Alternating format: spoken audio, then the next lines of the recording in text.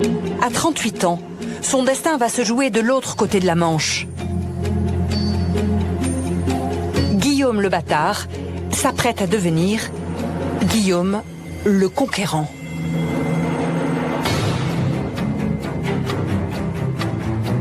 En septembre 1066, à la tête d'une flotte de plus de 700 navires, le duc quitte les côtes normandes. Il s'embarque pour une aventure militaire qui va faire basculer le destin de la Normandie et de l'Angleterre.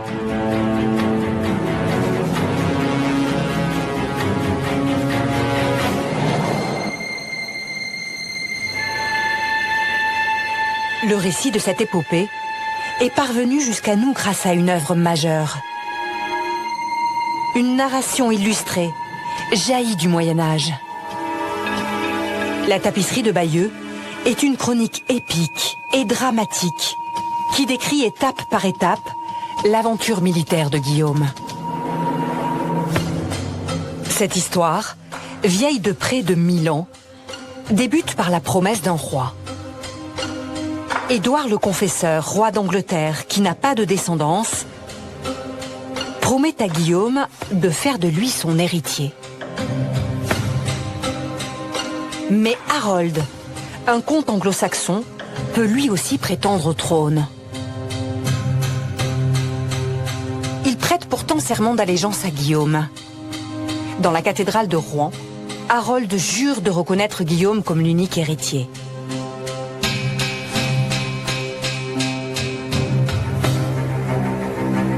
En janvier 1066, le roi Édouard meurt. Et contre toute attente, Harold rompt son serment et se fait couronner roi d'Angleterre.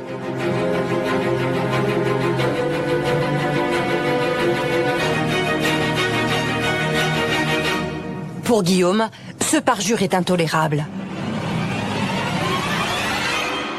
En quelques mois, il lève une armée, fait construire des centaines de navires et se lance à la conquête du trône d'Angleterre.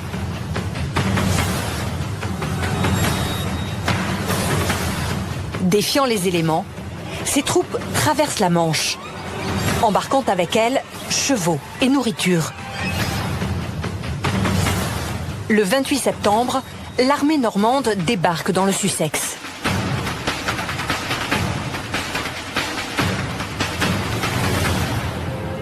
Les éclaireurs de Guillaume l'informent que les troupes d'Harold se rapprochent. C'est à Hastings que va avoir lieu la bataille décisive. La tapisserie de Bayeux nous livre un récit épique de cet affrontement. La cavalerie normande enfonce les troupes anglaises.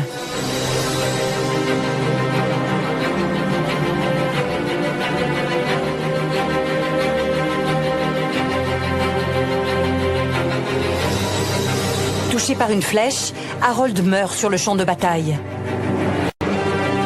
La victoire des troupes normandes est totale. Guillaume, couronné, devient roi d'Angleterre.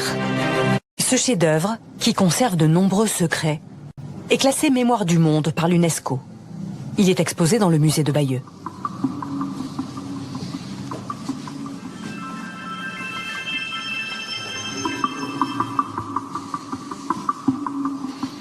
Parmi les choses les plus frappantes pour moi, c'est sa dimension monumentale.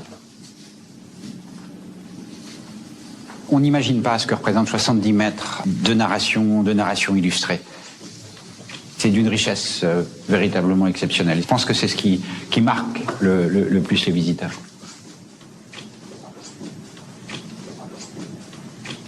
Il s'agit d'une mise en mémoire de la conquête de l'Angleterre. Elle a probablement été réalisée aux alentours de 1070-1080, soit quelques années après la conquête de l'Angleterre. C'est vraiment une narration qui colle à l'actualité, qui est le commanditaire. Aujourd'hui, la plupart des historiens s'accordent à penser qu'il s'agit du demi-frère de Guillaume le Conquérant, Odon de Condeville, évêque de Bayeux. On est véritablement en matière graphique devant une œuvre d'un très grand créateur. Après, c'est toute une équipe. Il a fallu un narrateur pour pouvoir écrire le scénario, choisir les séquences. Il a fallu un dessinateur, un artiste qui transcrive cette histoire en images.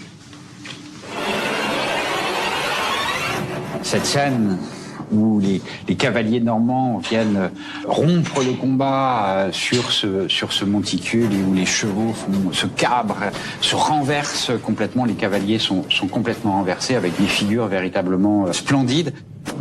Cette scène démontre la richesse de la culture de ce XIe siècle et plus particulièrement sur les deux rives de la Manche.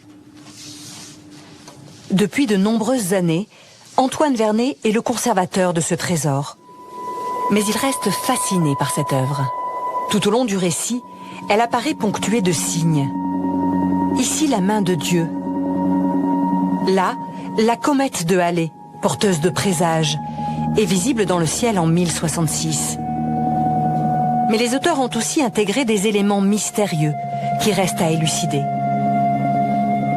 Nous avons ici Harold, qui est en pleine discussion, on le voit toujours avec cette gestuelle qui exprime des paroles, face à Guillaume le Conquérant. Et certains historiens tentent de rapprocher, d'instaurer un dialogue entre la partie centrale de l'œuvre et cette bande supérieure et cette bande inférieure, qui sont peuplées à la fois d'animaux fabuleux, puis d'animaux réels. Et par exemple, ces deux pans. Un pan qui fait la roue et un pan qui est face à lui. Harold, Guillaume, le pan qui fait la roue, Harold, et face à lui, Guillaume, sagement, qui écoute et qui regarde, qui laisse la parade amoureuse se faire. Autre exemple, avec cette scène.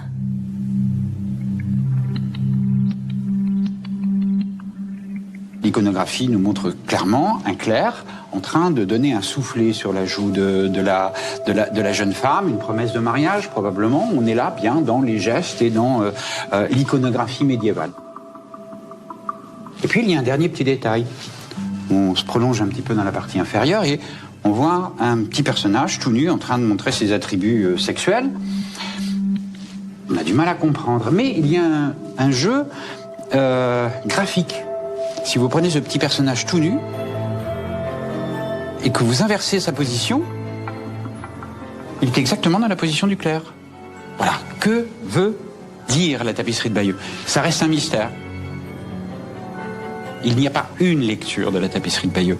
Il y en a de multiples. Et c'est fait pour ça. Elle est faite pour ça.